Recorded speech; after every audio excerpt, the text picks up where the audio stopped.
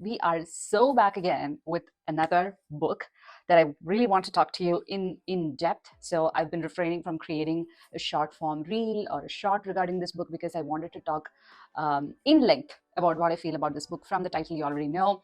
I'm here to talk about Mother Mary Comes to Me by Arundhati Roy. This is her memoir, and we're gonna just go through this journey that she's had and shared with us. So I think on my channel, I choose to talk about just one book if it has actually created some emotion in me. If it could be either way, it could be really mad about a book, or I would have enjoyed it so much, or there might be a lot of buzz regarding that book around the book community that I wanted to give my unsolicited opinion that nobody asked for. But in this case, I want to come and talk about this book because it's also how much I want to acknowledge my, what to say, um, how blissfully unaware or ignorant I was regarding this author, this personality who's living among us, and how much this book has actually changed me and what I'm about to do in my life. So stay tuned, because yeah, I want to tell that too.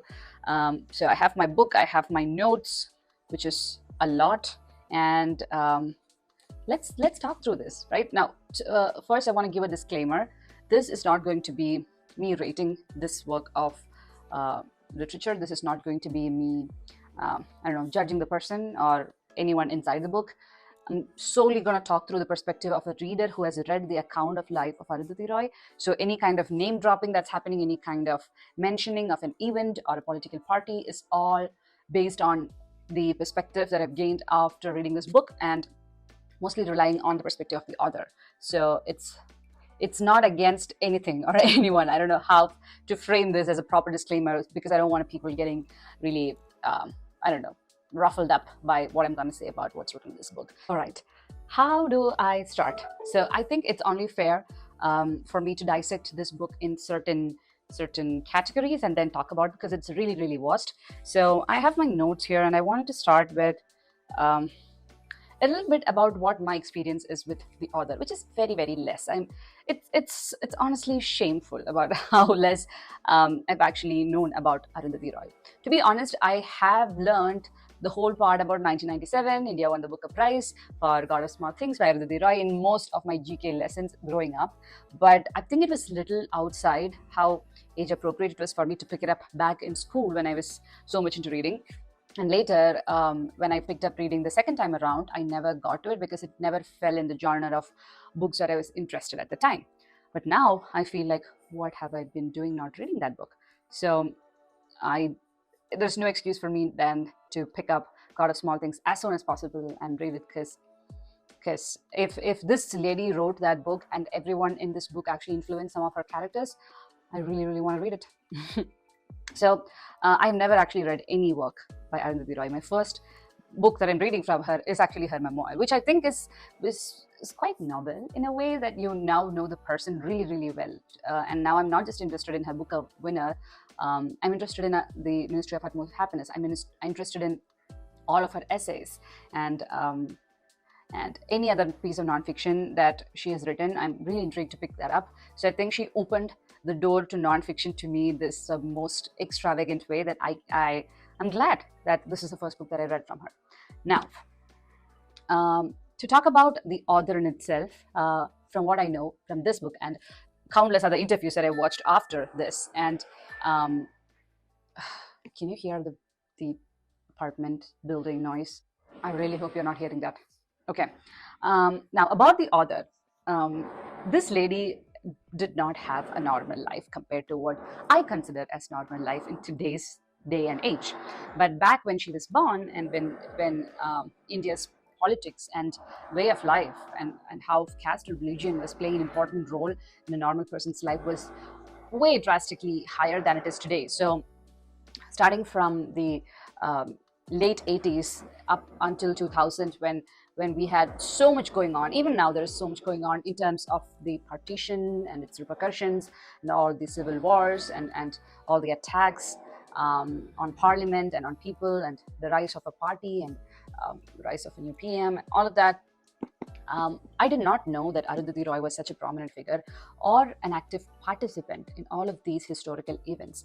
And that is my ignorant, me being this little kid, 17-year-old, 18-year-old, growing up not actually bothering about the world and the people ruling it, which is kind of not the right way to go about. You should always have a political views, what I've grown and like learned right now.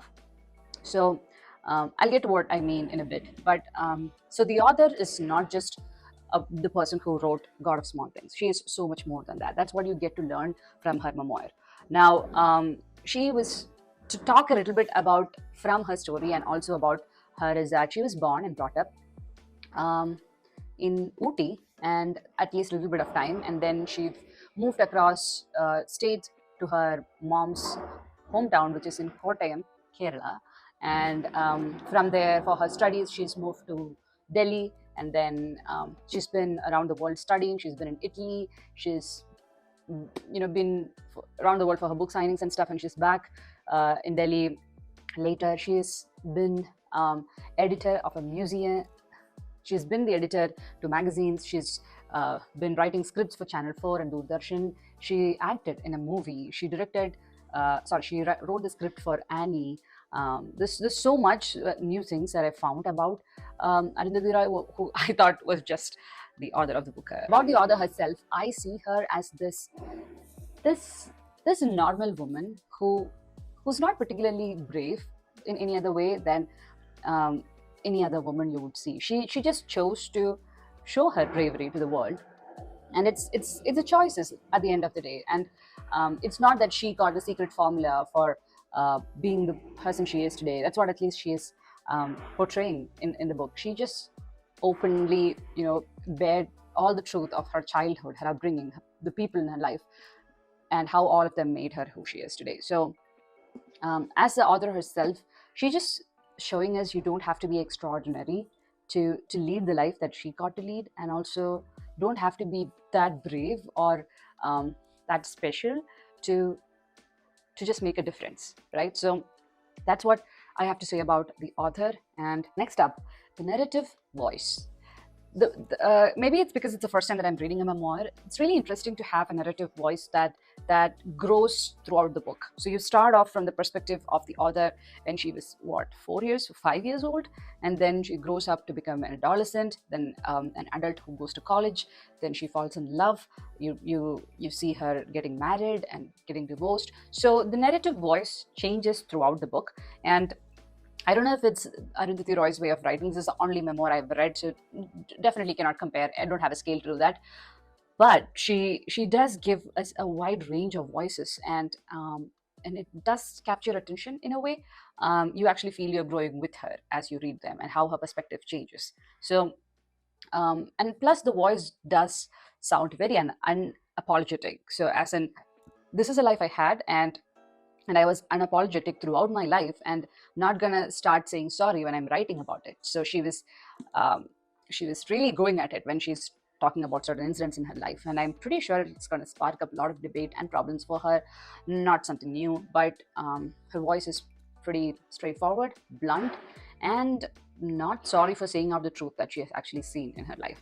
So overall, I felt that people could easily get offended if you are from a different spectrum compared to her, with respect to the life, with respect to your political beliefs, your alignment, with respect to the people you want to follow, and with maybe certain religious beliefs or communal beliefs. You might get offended easily. And if you did get offended reading this, maybe it's time to put a check on what you're following, is what I want to say. Yeah, so that is about the narrative voice. I also want to talk about the book itself.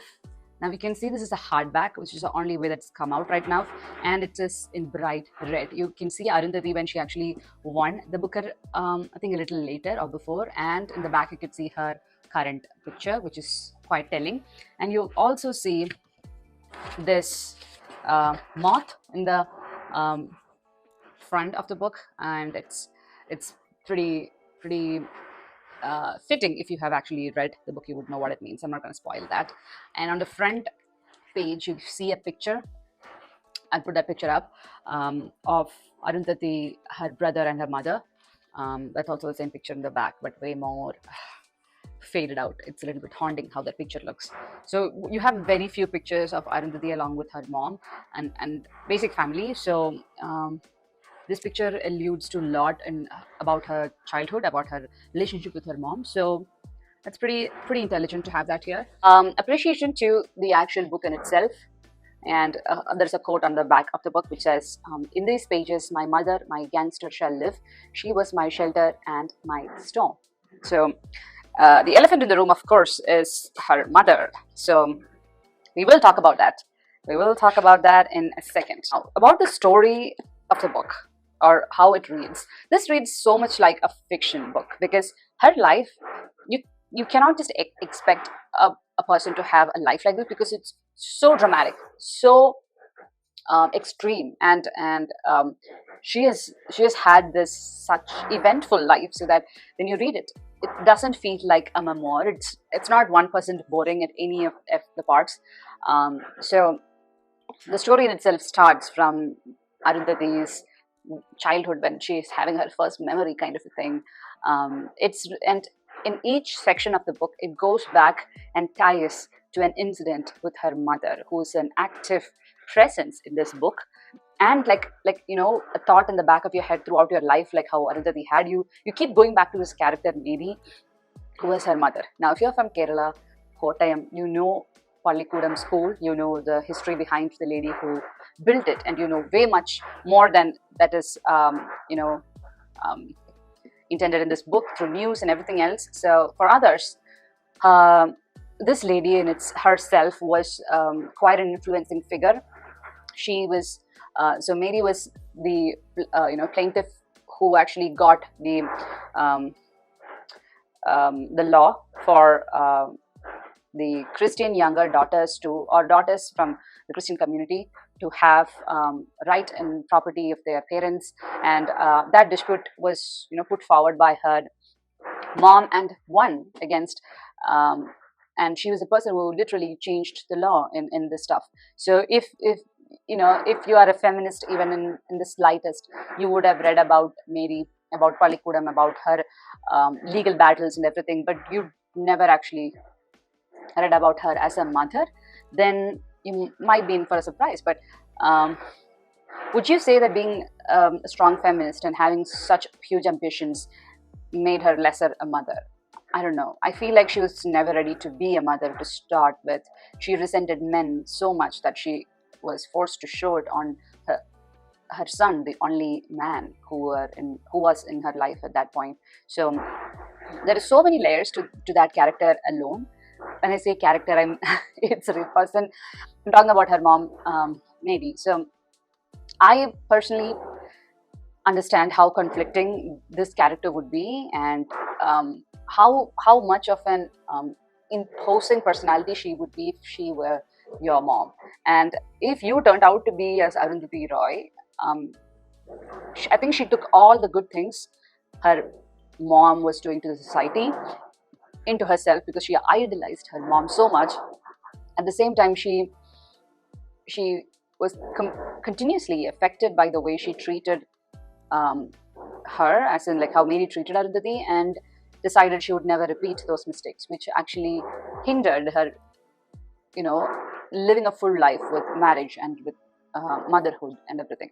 So I don't know if I'm making a lot of sense, because this book it's deeply complex in ways how you expect human emotions and relations to be, but it's pretty straightforward and simple when you read it. You totally get it when you read Arundhati talking about her relationship with her mom. So story is spanning from her childhood in various locations throughout India and abroad, and it just lands her in the space where when she was when she reached the threshold of her adulthood, as she was graduating her school and moving to college, she really wanted to get away from her mother because it was driving her crazy. So she decided to elope to join Delhi and elope to join a college in Delhi to learn architecture.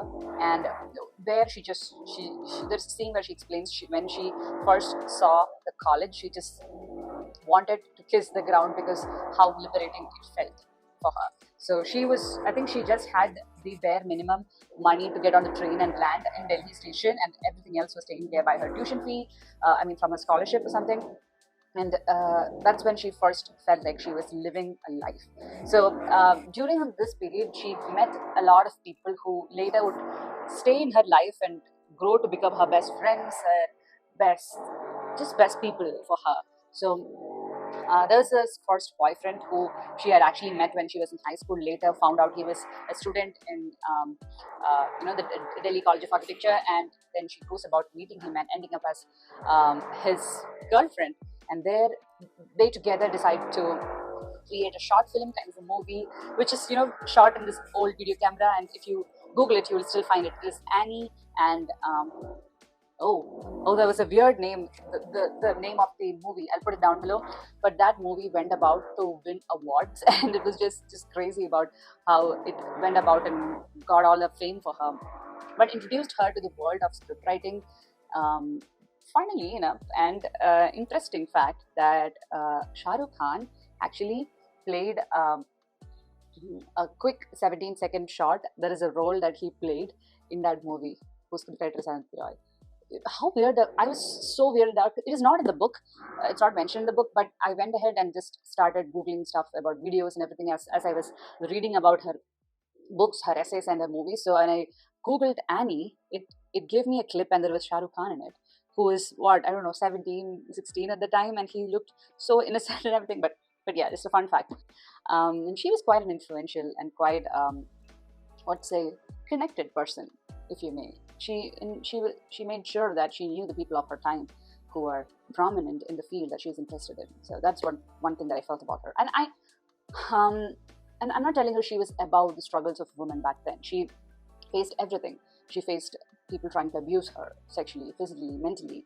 She stood above all of that. She, I would say, had escapes, narrow escapes. She had struggling, fearful nights when she was afraid who would knock on her door. She was struggling, living on the streets and like squatting on buildings that nobody was living in. And it's not a kind of life that you or I can imagine living now, but it's an excerpt of her experience that's just so, what to say, you'd have such visceral reaction to it, thinking about it, putting yourself in her place, and still choosing to coming out of all of that. I mean, if you had just a single rupee on you, what would you decide to do with it? How would you just not give up?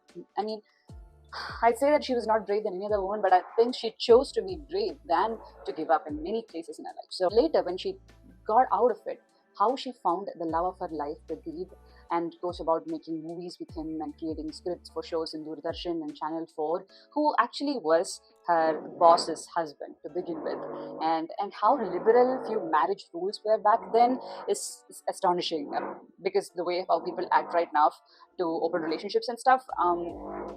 Yeah, it might not be spoken about a lot back then, but pretty sure there was a lot of practice about it.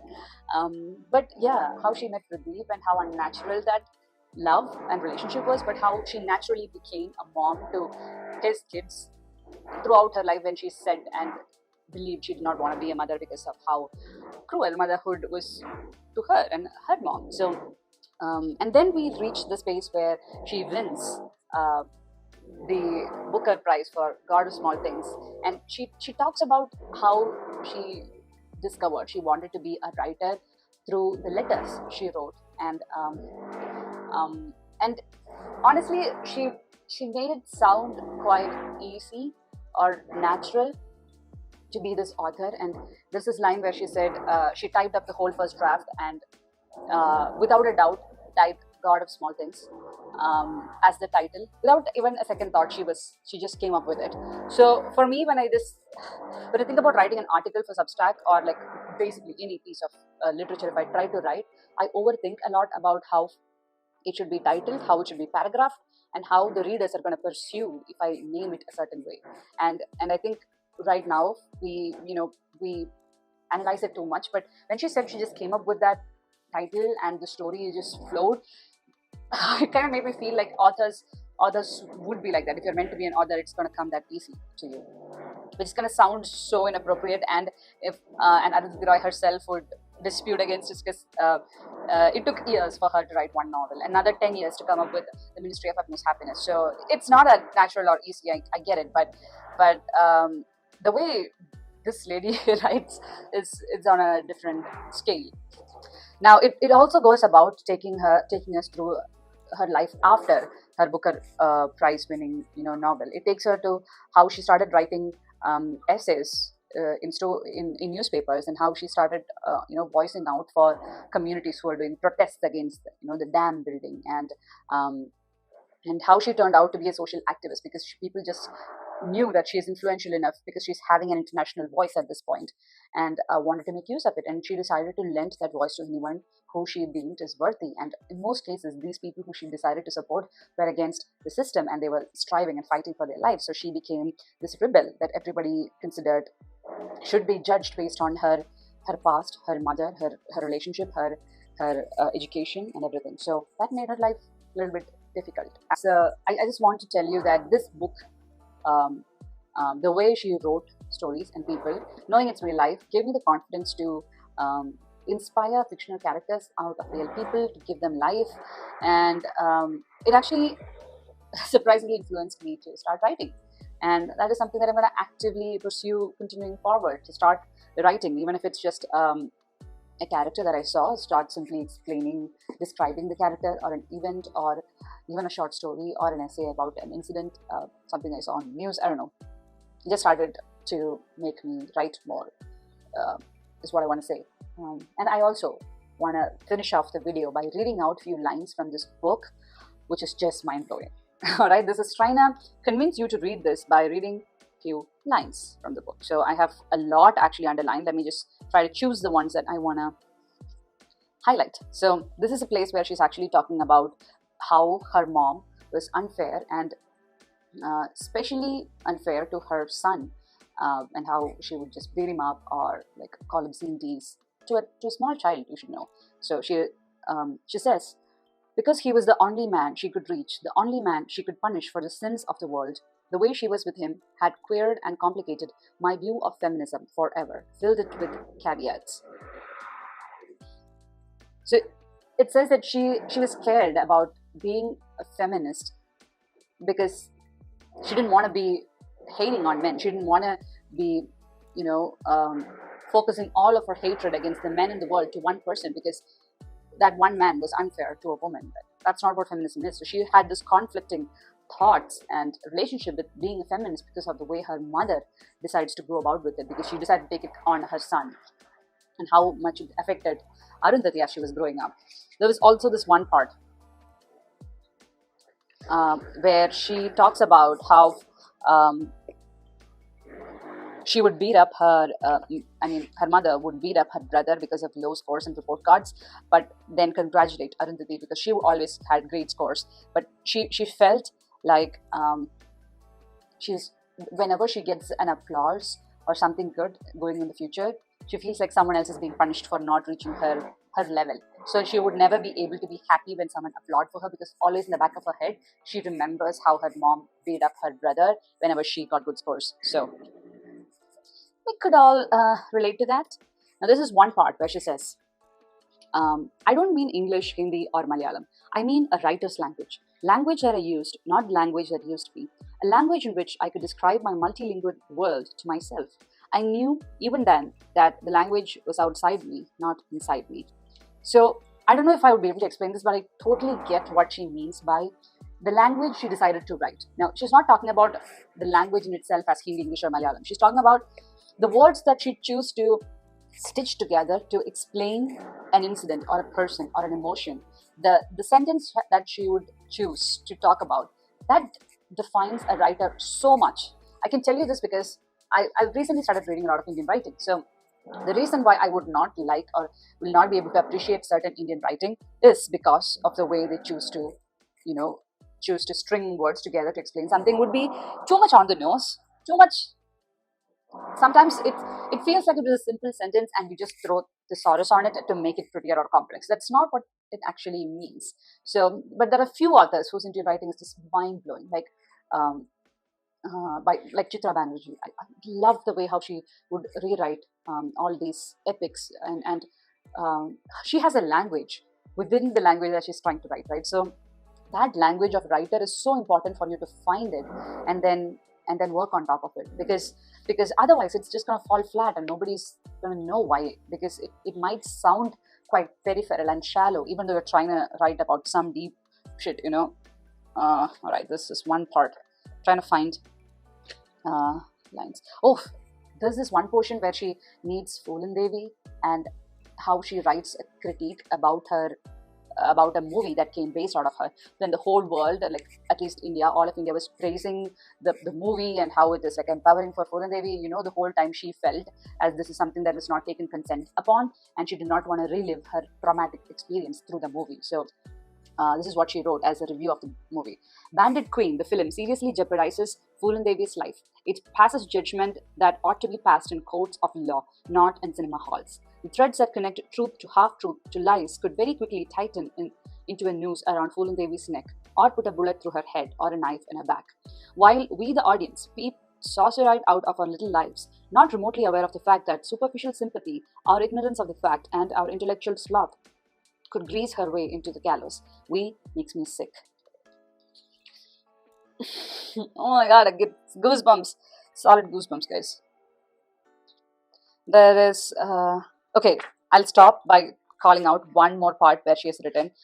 There is this part where she would visit her boyfriend's home in Goa, I think, and she comes from a family where love is not physically, it's not just physically shown, it's not just ever shown. You would love your brother or your mother, but you wouldn't just go randomly hug your mom or kiss your mom on the face, or it's not physically shown as much. So so she comes from that background, and for her that is the norm. That is a normal way.